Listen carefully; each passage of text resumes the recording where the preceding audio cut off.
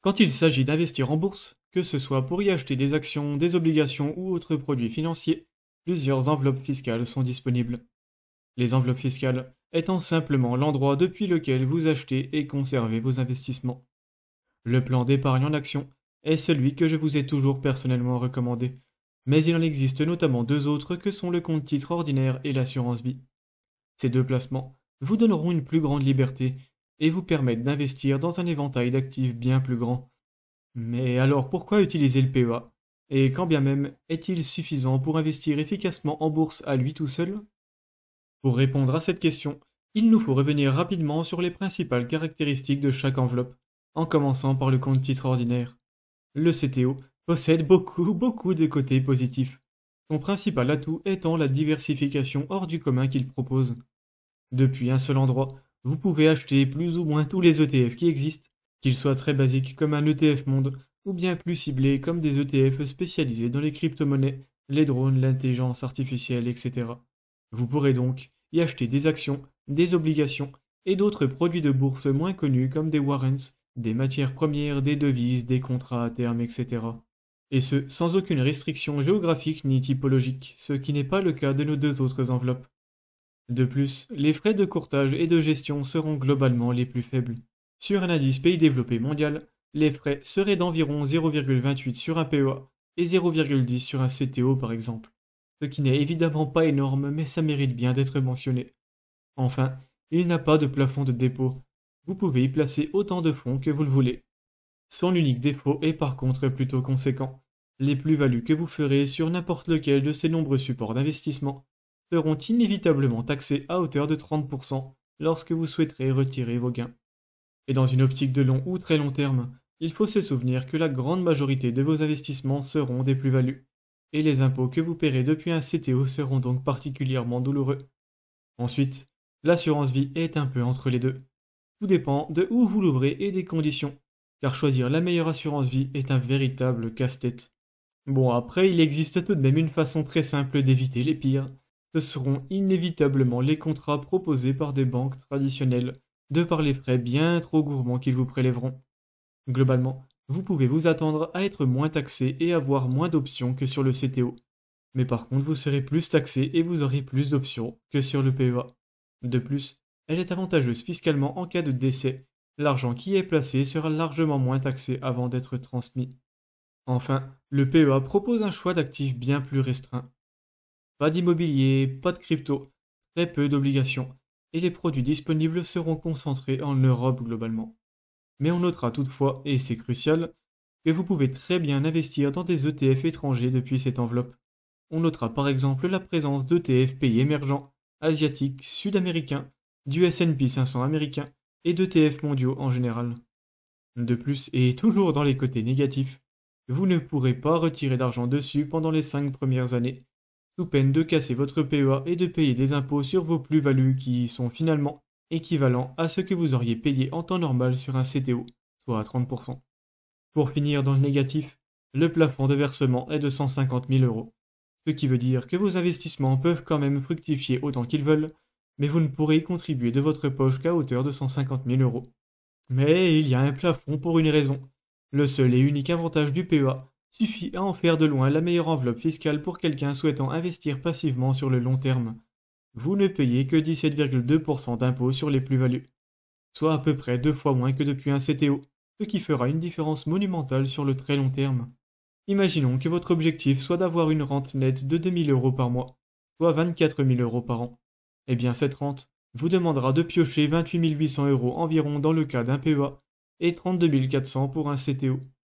Pour générer de tels intérêts, il nous faut multiplier ces chiffres par 10 pour obtenir la somme que vous avez théoriquement besoin d'accumuler pour atteindre cette rente, soit 288 000 euros dans le cas du PEA et 324 000 pour le CTO.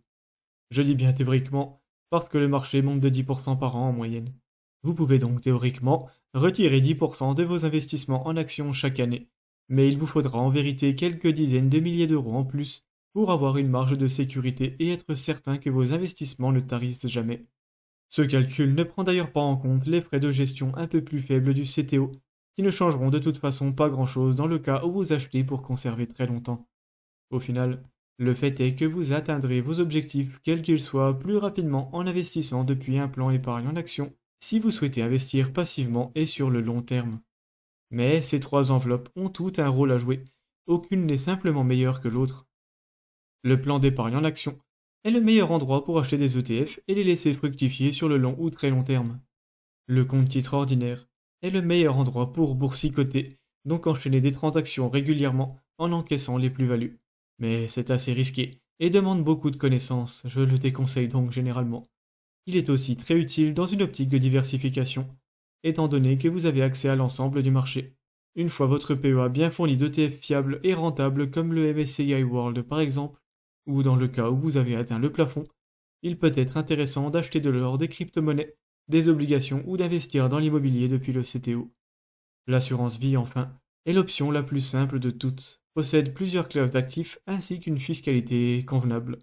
L'ouvrir au bon endroit vous permettra d'économiser des frais de gestion trop gourmands et vous donnera accès à une belle gamme d'actifs différents, comprenant par exemple des ETF, des SCPI et le fonds euro, qui à eux trois sont selon moi suffisants pour diversifier votre patrimoine.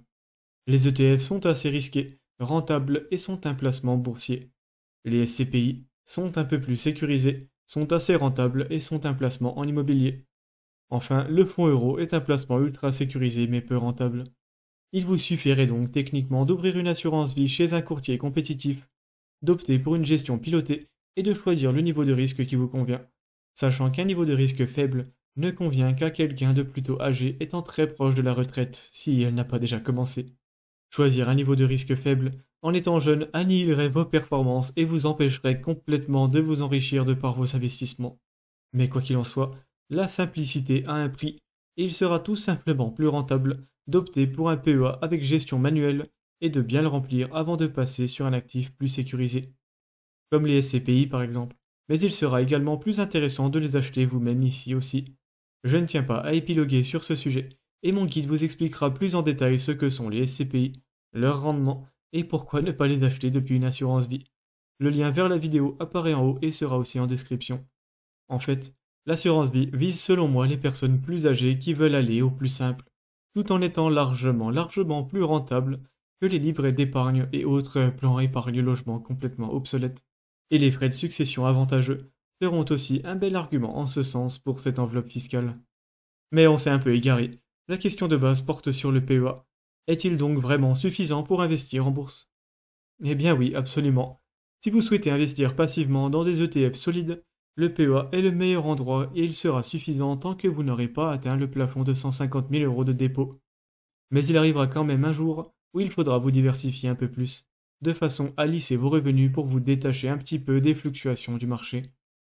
À ce moment, il sera intéressant d'investir en immobilier, que ce soit directement en achetant un appartement pour le louer ou indirectement en passant par des SCPI. Sinon, un compte titre ordinaire pourrait vous permettre d'investir dans l'or, les obligations ou les crypto-monnaies, ou encore une fois l'immobilier, si vous souhaitez vous diversifier encore un peu plus. À vous de voir quel système vous convient le plus sur le coup. Si tous ces supports d'investissement ont des pour et des contre, nous pouvons quand même en tirer une certitude. Les actions à travers des ETF sont un des, si ce n'est le, meilleur support d'investissement quand vous avez du temps devant vous et que vous souhaitez investir passivement, donc sans passer votre temps devant la télé et les infos, et sans non plus devoir gérer des locataires et des travaux dans le cas d'un investissement immobilier. Et dans ce cas, le plan épargne en action est tout simplement l'enveloppe fiscale la plus adaptée. C'est en l'utilisant que vous aurez le meilleur rendement et que vous atteindrez vos objectifs le plus rapidement. Mais il existe quand même un certain nombre d'autres petites astuces à connaître pour maximiser les revenus qui découlent des efforts que vous faites lorsque vous épargnez de l'argent. Et pour en savoir plus, je vous invite à vous balader un peu sur ma chaîne ou à commenter la vidéo. J'essaye toujours de répondre à tout le monde. En attendant, il est temps que je file. Je vous invite à aimer la vidéo si elle vous a été utile, et à vous abonner à la chaîne si mon contenu vous plaît. Ciao!